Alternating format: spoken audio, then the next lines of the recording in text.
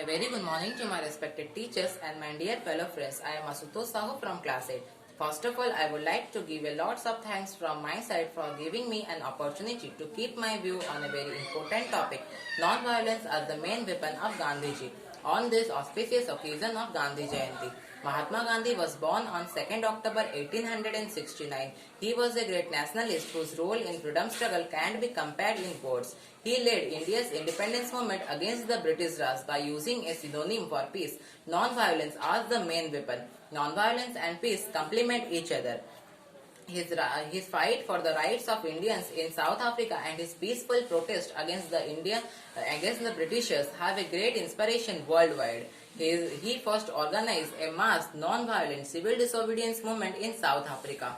He was protesting government's new restrictions on the right of Indians. The movement was called to be known as Satyagraha movement, meaning truth and fairness.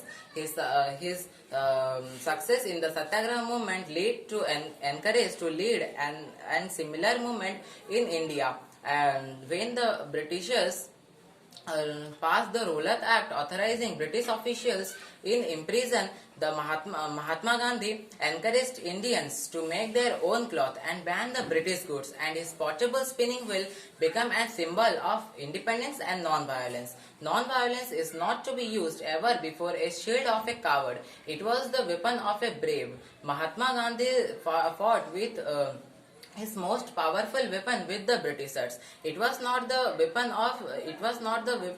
any conventional military weapon at all. It was the weapon of non-violence, and it was considered so powerful that it spread like the forest fire in countries like South Africa. It was the only weapon which doesn't harms to people's health but Britishers' wealth and force them to leave Indians and free the Indians from the chain of restrictions. Mahatma Gandhi was only man who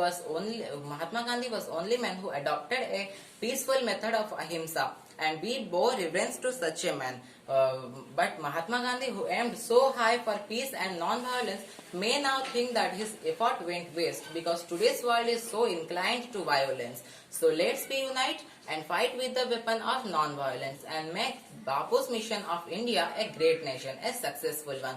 With this, I want to conclude my speech. Thank you and Jai Hind.